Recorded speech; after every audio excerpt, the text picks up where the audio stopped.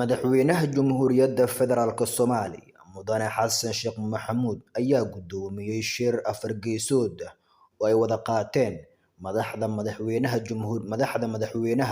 Jamhuuriyadda Kenya Mudane William Ruto, madaxweynaha Jamhuuriyadda Jabuuti Mudane Ismaaciil Cumar Geelle iyo ra'iisul wasaaraha xukuumadda Itoobiya Abiy Ahmed. Shirkan ayaa laga arrinsanayay sidii loo mideyn lahaa howlgallada lagu ciribtirayo argagixisada iyadoo madaxdu ay falanqeeyeen hanaanka fulinta qorshaha Muqdisho ee ka soo baxay shirkii maalmihii la soo dhaafay ay yeesheen wasiirada gaashaandhigga iyo taliyayaasha ciidamada xoogga dalalka Soomaaliya, Kenya, Itoobiya iyo Jabuuti.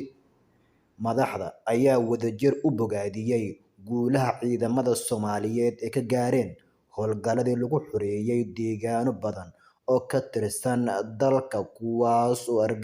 argagixisadu ay ka soo maleegi jireen falalka guracan iyo amni darrada heer dal iyo heer gobol. Waxa ayna hoosta ka xariiqeen muhiimadda ay leedahay in la sameeyo howlgallo ay si wadajir ah u fulinayaan ciidanka xoogga dalka Soomaaliya iyo ciidamada dowladaha Jabuuti, Kenya, Itoobiya oo lagu ciribtirayo argagixisada Al-Shabaab.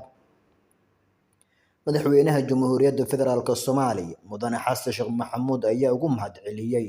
madaxda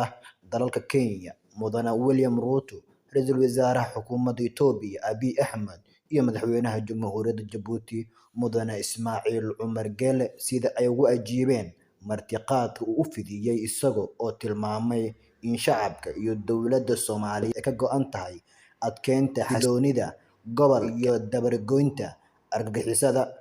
Dhinaca kale, wadooyinka waaweyn ee magaalada Muqdisho ayaa gebi ahaanba xiran iyadoo shacabka iyo danyartuba ay cagtu maalayaan.